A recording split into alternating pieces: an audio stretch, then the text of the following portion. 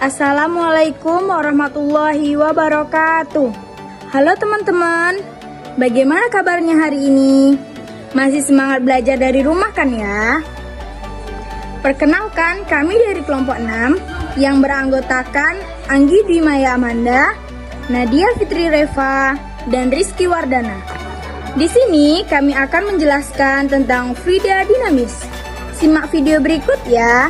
Tahu nggak teman-teman, kenapa pada botol hand sanitizer saat ditekan air di dalam botol dapat menyemprot keluar? Ini adalah salah satu aplikasi asas Bernoulli. Fluida dinamis. Fluida bisa berupa zat cair, gas yang bergerak. Untuk memudahkan dalam mempelajarinya, fluida di sini kita anggap steady atau mempunyai kecepatan yang konstan terhadap waktu.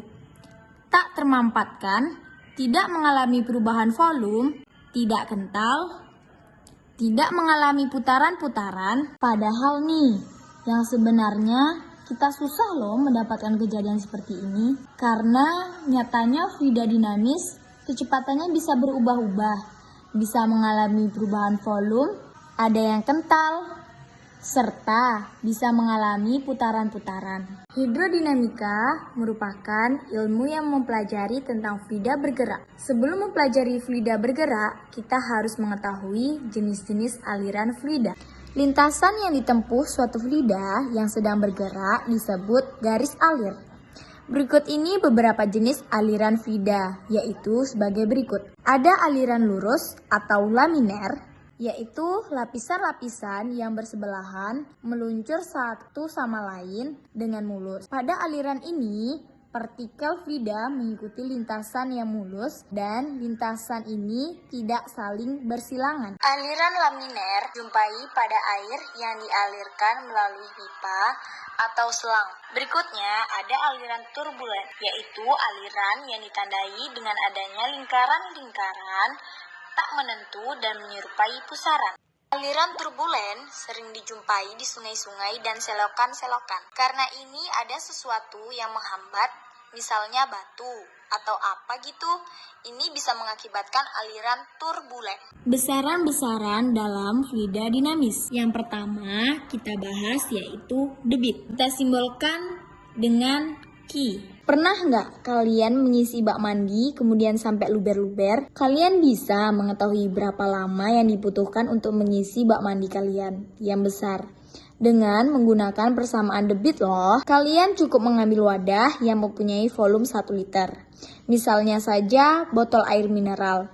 Kemudian kalian isi dari kran air di bak mandi dan hitung waktunya. Maka akan mendapatkan debit air pada kran. Nah, ini bisa kalian pakai untuk menghitung berapa lama waktu yang dibutuhkan untuk mengisi bak mandi kalian yang besar itu. Tentunya kalian harus tahu juga volume bak mandi kalian juga ya. Dari tadi kita ini ngomongin debit.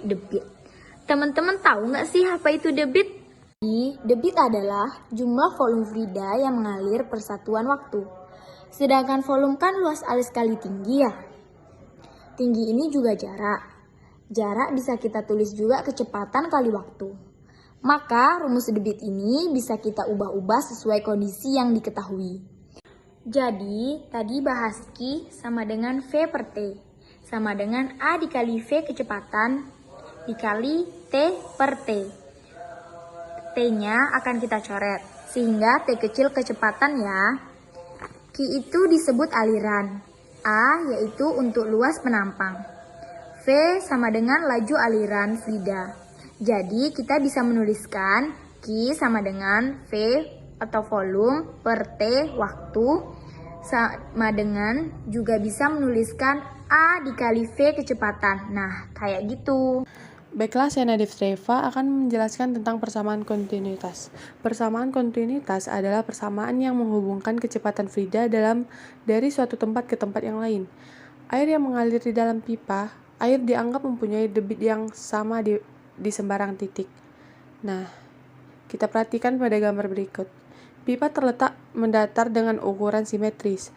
Partikel fluida yang semulanya di A1, setelah berada di A2, Karena kecil dan alirannya stasioner, maka banyaknya fluida yang mengalir di tempat dalam waktu yang sama harus sama juga. Nah, baiklah kita akan masuk ke dalam contoh persamaan kontinuitas di kehidupan sehari-hari. Nah, teman-teman di sini, apakah kalian pernah menyiram tanaman dengan menggunakan selang? Pasti saat tanamannya jauh, pasti kita akan memencet bagian ujung selang supaya air bisa sampai ke tujuannya. Tahu nggak kenapa?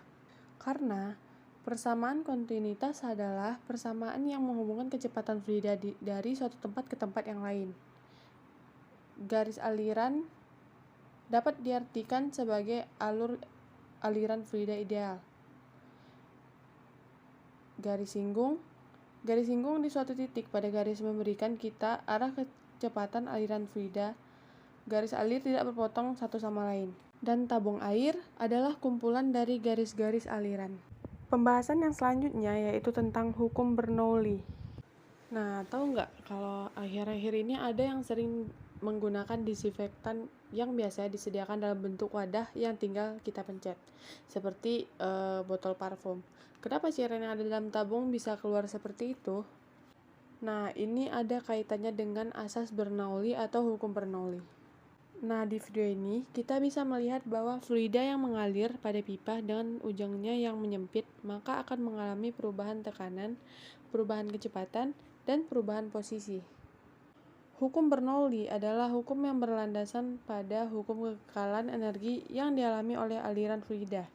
Dan hukum ini menyatakan bahwa jumlah total dan dari energi tekanan, energi kinetik, dan potensialnya memiliki nilai yang sama pada setiap titik sepanjang arus. Misalnya kita membagi semuanya dengan volume, maka kita akan mendapatkan persamaan bahwa P plus setengah rho V kuadrat plus rho GH sama dengan konstan. Berarti posisi 1 dan posisi 2 itu sama-sama konstan. Penerapan hukum Bernoulli. Pesawat terbang. Gaya angkat pesawat terbang bukan karena mesin, tetapi pesawat bisa terbang karena memanfaatkan hukum Bernoulli yang membuat laju aliran udara tepat di bawah sayap. Karena laju aliran di atas lebih besar, maka mengakibatkan tekanan di atas pesawat lebih kecil daripada tekanan pesawat di bawah. Akibatnya terjadi gaya angkat pesawat dari hasil selisih antara tekanan di atas dan di bawah dikali dengan luas efektif pesawat. Pembahasan gaya angkat pada sayap pesawat terbang dengan menggunakan persamaan Bernoulli dianggap bentuk sayap pesawat terbang sedemikian rupa sehingga garis arus aliran udara yang melalui sayap adalah tetap. Penampang sayap terbang mempunyai bagian belakang yang lebih tajam dan sisi bagian yang atas lebih melengkung daripada sisi bagian bawahnya. Bentuk ini menyebabkan kecepatan aliran udara di bagian atas lebih besar daripada bagian bawah. Dari persamaan di atas dapat dilihat bahwa P2 P1 kita dapatkan P1 P2 untuk luas perampang sayap F1 sama dengan P1A dan F2 P2 A, dan kita dapatkan bahwa F1 F2 beda gaya pada bagian bawah dan bagian atas, menghasilkan gaya angkat pada pesawat terbang. Jadi gaya angkat pesawat terbang dirumuskan sebagai penyemprot parfum dan obat nyamuk. Prinsip kerja yang dilakukan dengan menghasilkan laju yang lebih besar pada ujung atas selang botol sehingga membuat tekanan di atas lebih kecil daripada tekanan di bawah. Akibatnya cairan dalam wadah tersebut terdesak ke atas selang dan lama-kelamaan akan menyembur keluar. Teorema Torricelli laju epuk. Kita terapkan persamaan Bernoulli pada titik 1 permukaan wadah dan titik 2 permukaan lubang.